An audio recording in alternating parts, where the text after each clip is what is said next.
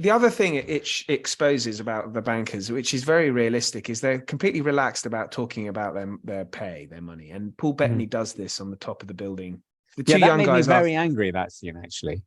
I'm not surprised. So he's earning 2 million, and he explains to them why he has no money.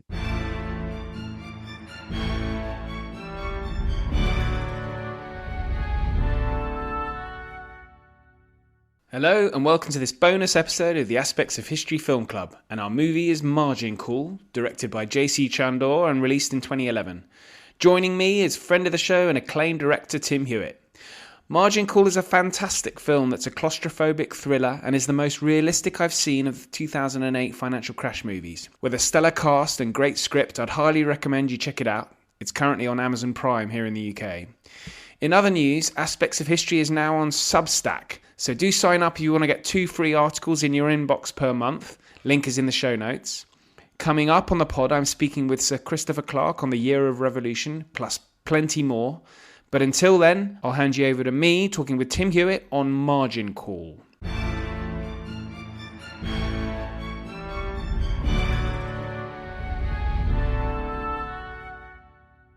Welcome back, Tim, to the Aspects of History Film Club. And today we are following on our 2008 financial crash extravaganza with A celebration of the 2008 financial crash 15th anniversary. We've got the bunting out here because it was such a wonderful event. And it is the Margin Call is what we're going to be chatting about today. Margin Call, directed by J.C.Chandor. in his directorial debut. I don't know if have I seen anything else he's made? He made a very good film called All Is Lost. That was his second film, which is an excellent film with Robert Redford. And Robert Redford, I saw that. It's really good. Yeah, it's basically Robert Redford and a boat. He doesn't say a word for the whole film. He says, "Oh damn, my boat's sinking." But he says it's more succinctly, and the word begins with F and ends in K. Is that his only line? And that's I think the only line he has in the film. So the script was like 30 pages long because there's no dialogue. See the script, and he looks at this, and he's got a pile of scripts because he's Robert Redford. Oh yeah, and he picks this one up, and Robert Redford's 80 odd now, isn't he? Yeah, I think he's retired now. Oh, okay. So he looks at it, and he probably thinks, I only have to say one word. Yeah, but the only problem is you've got to spend the entire film on a yacht on the open sea. Is that where they filmed it? I think so. Not in a studio. The point, of course, is that J.C.Chandor, that was J.C.Chandor's second film. So Margin Call was his first film. Yes. Margin Call. Margin Call. Margin Call. Yeah, Margin Call. So again, just like our earlier episode, the one on the Film Club before this, on The Big Short, listeners, do listen to that. That's The Big Short. That's a little bit more lighthearted. This is a bit more serious, and I would definitely argue more realistic. And this is set over a sort of 24-hour, 36-hour period in an investment bank in New York. It's not stated what the name of the firm is, but it's basically Lehman Brothers. And this is set around August 2008. I think it was September 2008, actually, when Lehman Brothers went bust. And as I mentioned in the earlier episode on The Big Short, 2008 financial crash has had massive repercussions, and some of which we're still dealing with today in this country. You could argue Brexit resulted from the crash. And so this film deals with this investment bank filled with people who are played by there's great actors. We haven't mentioned the actors. Paul Bettany plays a sort of British head of a trading desk. He manages Stanley Tucci, who is a risk officer who is fired early on in the film. Also, you've got Kevin Spacey, plays Paul Bettany's boss. You've got Demi Moore, who plays the head of risk for the firm. She's excellent in it. And then you've got Jeremy Irons, who plays the head of the firm, the CEO, who's based on Dick Folds, the head of Lehman Brothers. So much so, I think the name of his in this film is John Tould. So it rhymes slightly. And then there are a couple of young guys who play this sort of analysts, one of whom exposes the positions that Lehman Brothers has exposed itself to in the subprime mortgage market. Well, one being Zachary Quinto, who is actually very good in it. Really good. He is, because he's obviously really bright, and he shows that kind of level of inexperience and hesitancy, particularly. And I know what it's like in these firms, because to get having worked in a big bank, to get to senior levels, particularly during that period, maybe less so now, but particularly then, you did have to be a kind of, massive rare steak eating, big kind of swinging dick around the office. And it was all about bravado. Bit like Paul Bettany's character. Yeah, absolutely. And then you had the old school characters, which I think Kevin Spacey does really well, a kind of slightly more gentlemanly type, which is ironic given Kevin Spacey's experience post. And are we allowed to watch? Are we even allowed to watch this because Kevin Spacey's in it? It's now become illegal. No, I think it was actually really weird, because when I was watching it, I didn't even think about that part of. I just watched it, and I have always thought he's absolutely brilliant actor, and I'd forgotten how good he was in this. I mean, he in a way, he's the only character in the film who's got an arc. Whereas the others, even though the others, I mean, Zachary Quinto's is, the dawning when he starts to realize what's happening. He's the moral center, I would say, probably in this film. But Kevin Spacey's most definitely got, he's a different person at the end to what he is at the beginning. Whereas the others are kind of a little bit more stock characters. Paul Bettany, particularly, he's just all out for himself. And I should imagine Paul Bettany probably went to school with a lot of people who ended up on trading desks in New York. Yeah, likely. Again, it's one of my favorite forms of filmmaking is an amazing ensemble of actors. It's kind of like you could almost put it into a little bit like a play. In fact, it'll probably make a very good play. It's one office primarily, a couple of board rooms, but it's what I was really surprised with, and you can clarify this having worked in that environment, when they have a meeting at 2:00 in the morning where there is literally no one there but themselves, no one ever loosens their ties. Is there a reason for that? Period, I believe that absolutely. And in fact, one actor we've not mentioned who I think is so convincing, and I almost feel like he walked off a trading floor, and he's senior. He plays Simon Baker, the Australian actor, who's he's amazing. He plays this sort of very slick, blonde, handsome devil, and he's, funnily enough, the guy who Spacey sets up in LA Confidential. He was a young actor when they did LA Confidential, and he's the guy, and he ends up dead in the hotel room that Spacey finds. And I remember watching Margin Call going, that's interesting. I wonder if Spacey got him in to this film. Maybe, I don't know. You see little gems like that. That's why you're on this podcast. Oh yeah. Well, that's great. And a great performance from an Australian. I mean, his American accent's flawless. But the reason, there's a scene, and I was just watching this before I came on the call, where he's shaving because it's sort of 5 a.m, and basically the firm has discovered that their positions are going to bankrupt the firm unless they sell all their short positions, and so they have to come to this because they only discover it late at night. So that means all the seniors are coming in throughout the night, and that's realistic. I remember we had a technology screw up, and we had to come in overnight, and that was because you had to keep the show going. And if that meant no sleep, no sleep. and I think the bankers would absolutely keep their ties buttoned up. And that wouldn't stand in the world of filmmaking. No, they go, no. You can't just ask them to come in the middle of the night. Right. Yeah. Well, I mean, that scene where he's shaving, I think, shows just how important appearance is. He doesn't want to appear the next morning unshaven.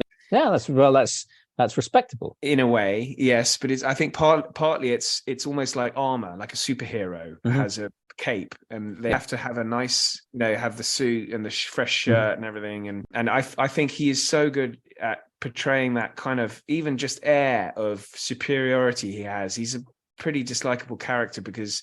And you mentioned moral center. I don't think anyone has a moral center in this film. And that's the worrying thing. Like the junior who discovers the problem will do as he's told. Well, I suppose you could argue. Well, no, I was going to say that you could argue Stanley Tucci, but I mean, he does disappear quite quickly, and he is ultimately one of them. And he's like, I don't care. I don't work there anymore. In fact, it's a shame he's not in it more because I adore Stanley Tucci. I don't think he's ever been unconvincing in anything he's ever done. It makes me. Why isn't he in everything? I don't see. This is one of the. He's one of those actors where you do go, why is he should be in everything? But of course he can't be. There's not a lot of those around where he's one of those actors. I always think, there's like a handful of actors who, no matter how good someone is, sometimes the very best that we think the very best, they still somehow feel like they're saying lines, they're acting, but they're amazing, they're convincing. But someone like Stanley Tucci his performances, it's as if he's never said those lines before. He's saying them for the very first time. He's that real. It's like he is the person. Yes. Like in Spotlight, he is that lawyer. He's a lawyer. He's not an actor. It's that convincing. And in Conspiracy, he is Adolf Eichmann. Yes, exactly. Well, I mean, literally everything he does. He's in a really. We've got to shout out for Big Night. I mean, Big Night, Night. Oh yeah, which he directed. Why hasn't he directed any more after that? I don't know. Maybe it's a subject matter or funding. But because he's not like. I mean, Big Night was kind of very niche. With an amazing performance by Ian Holm playing in Italian, and Tony Shalhoub. And I don't know. I just think he's so good. I hope he is in everything. Well, he kind of tops and tails the film because he appears at the beginning and then he appears at the end. Yeah, true. You kind of miss him when he's gone. You do, but then Kevin Spacey's character, he tries to explain to the Jeremy Irons, who's the CEO, that if we sell all our dodgy assets to other firms, we're going to make the problem even bigger. And that problem, and I think this really does show why the problem was worse than it maybe could have been, because each firm acted so selfishly, which you do read the book. If anyone does read the book, Too Big to Fail, it's the sheer selfishness of each firm refuses to help out the other. And they have to be strong-armed by the US government. And even then, they refuse to apply any kind of limits on compensation, i.e. bankers' bonuses. The idea that bankers' bonuses can be limited in any way was shut down by during the whole financial crisis. Yeah. It's stuff like that really does. And we're seeing this happen again. We've just seen 2 banks fold. Yeah, absolutely.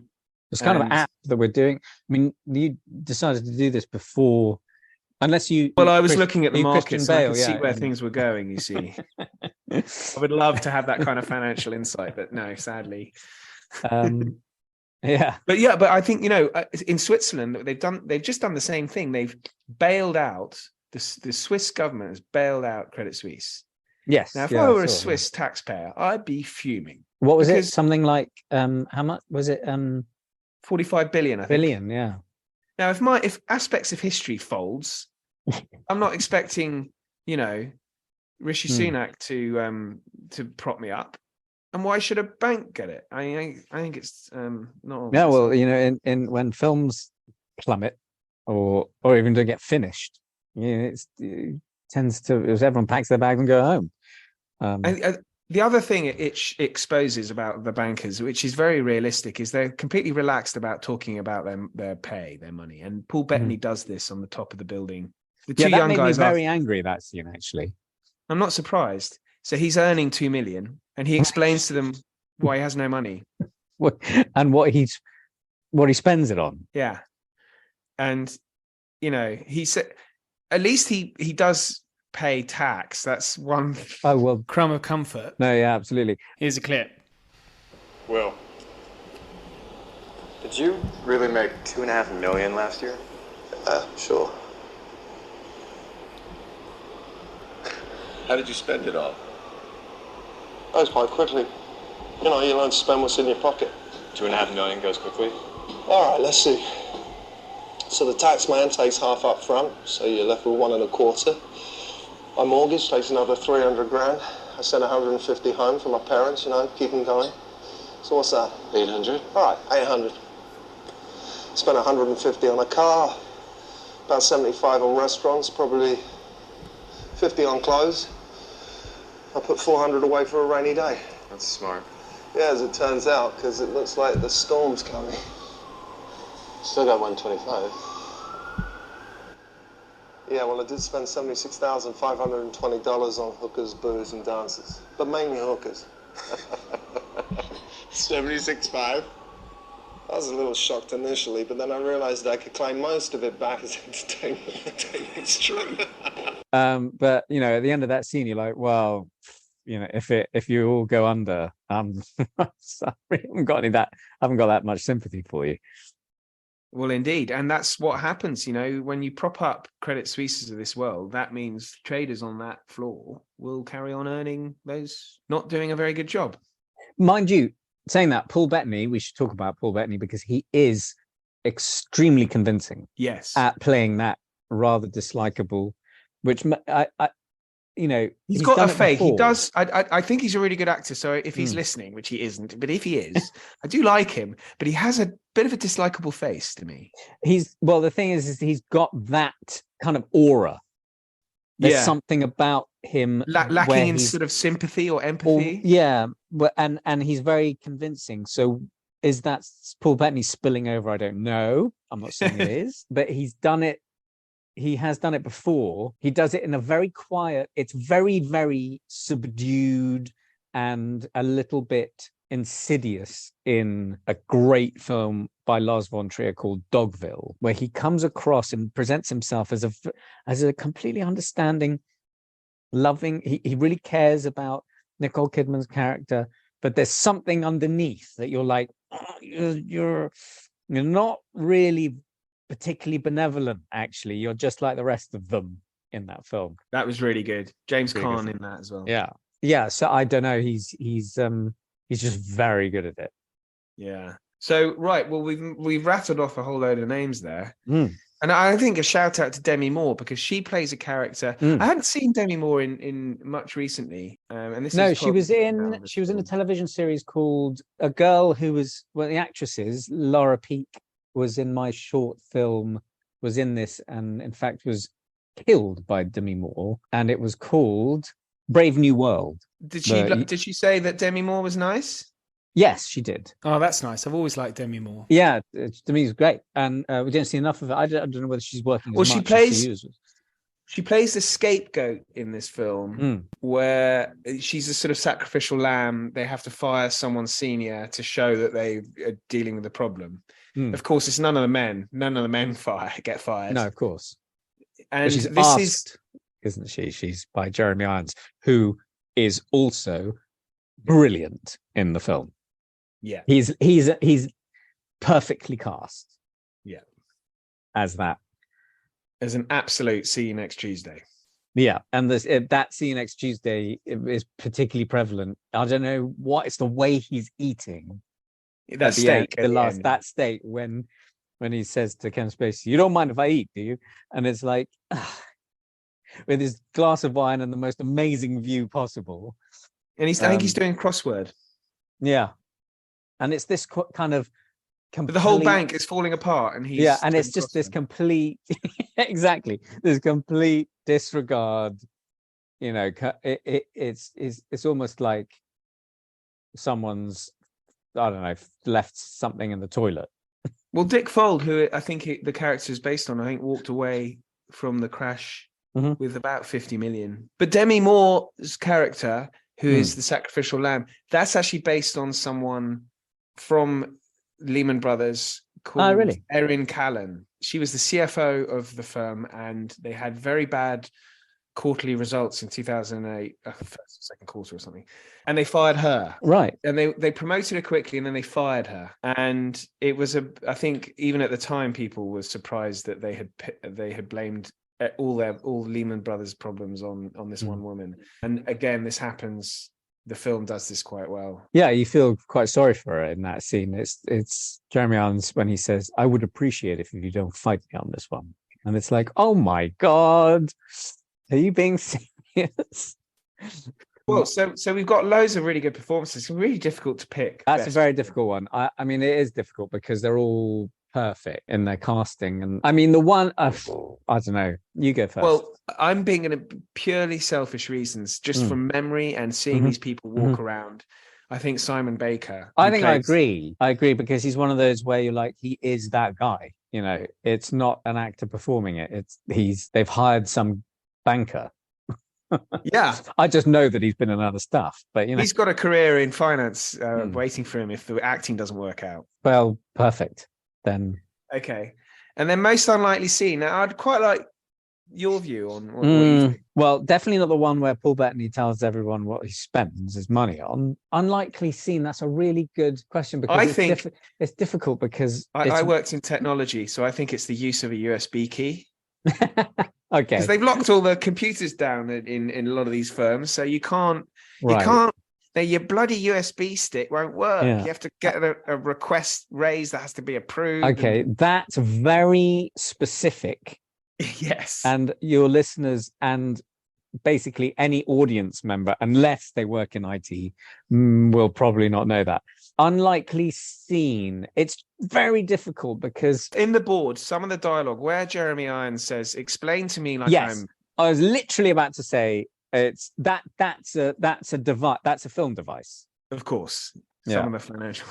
Yeah.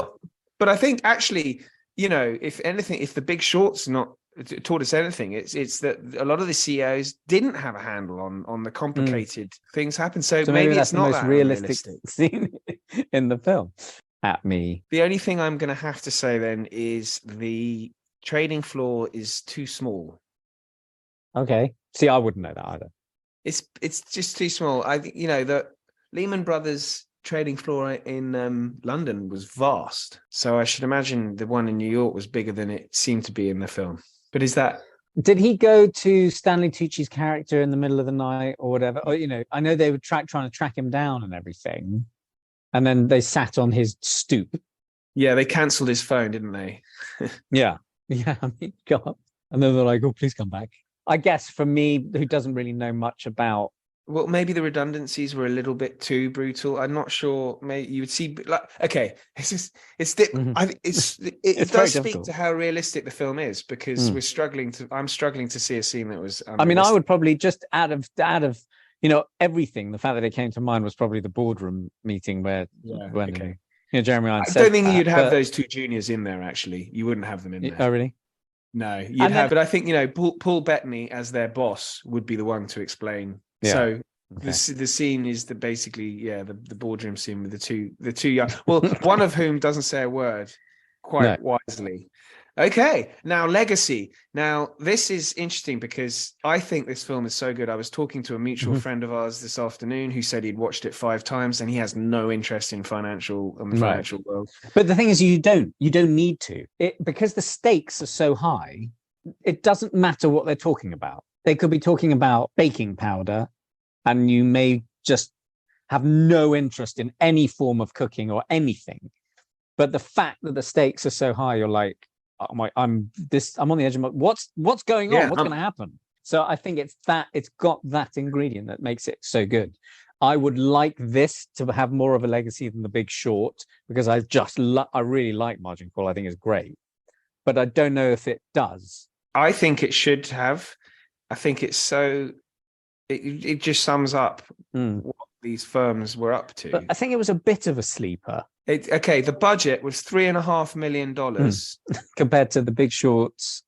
So obviously the actors all took a bit of a pay cut. Well, they must have done because, I mean, it was probably, you know, J.C.Chandor's first film.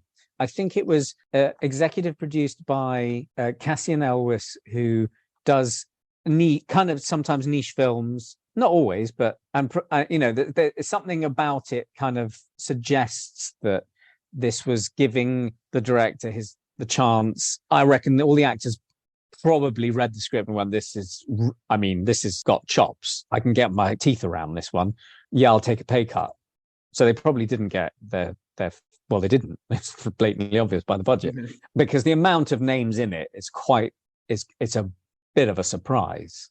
Spacey, Stanley Tucci, Jeremy Irons, Demi Moore, Mary McDonnell right at the end. Of course. It made 20 million, so that's a good return, financially speaking. It made more money than the financial crash. Exactly, I was about to say. What an irony. So, but I think a lot of people haven't seen it, and it's got the budget of 3 million. The marketing. Well, the budget wasn't there for something like The Big Short's 50 million, which is because the names in it would sell a film very well. It's got a rating of 7.1 on IMDb, and The Big Short has 7.8, and which I don't agree with that rating, but it's the people, so I suppose we have to go with it. And I would say that legacy-wise, it's probably like Lincoln, really, really important film that got ignored. Yeah. But the thing is that it's thrilling. It's also almost I suppose not a suspense thriller, because that's a bit exaggerating, but it's got tension, quite a bit of tension that The Big Short doesn't have, because The Big Short is a bit more of a kaleidoscope of, these people, this kind of what happened, a bit of humor and talking to the camera. Whereas Margin Call it's got that incident where it's like, oh my God, what's the matter? Get everybody in here right now. And the other thing, the audience knows what happens to everyone. Basically, they all lose their jobs because the firm goes bust. But so in a way, there's a slight happy ending. But it's the journey. It's the thrill of the journey that's, I think, is what makes it really. And I would rate it highly. I'd like the legacy to. Well, you don't get on the aspects of History Film Club without being rated highly. That's true. So, well done. Exactly. I'm sure all the filmmakers would be delighted to hear you say that. Great. Well, Tim, that's been fantastic. Thank you very much. Absolutely. My pleasure to be here. I love every minute. Well, thinking about next time, I'm thinking perhaps Bloody Sunday. Yes, we've talked about this in the past. And Club. Yes, very different films. So we'll see, but we've got a bit of a break now. But thank you, Tim. Very welcome. Thank you so much for having me. Thanks so much for listening. And since it's May, we'll be covering Christopher Nolan's Dunkirk. But if you have any suggestions for future episodes, please do get in touch with me. You can either email me or get me on Twitter. I've put links in the show notes. In the meantime, thank you and good night.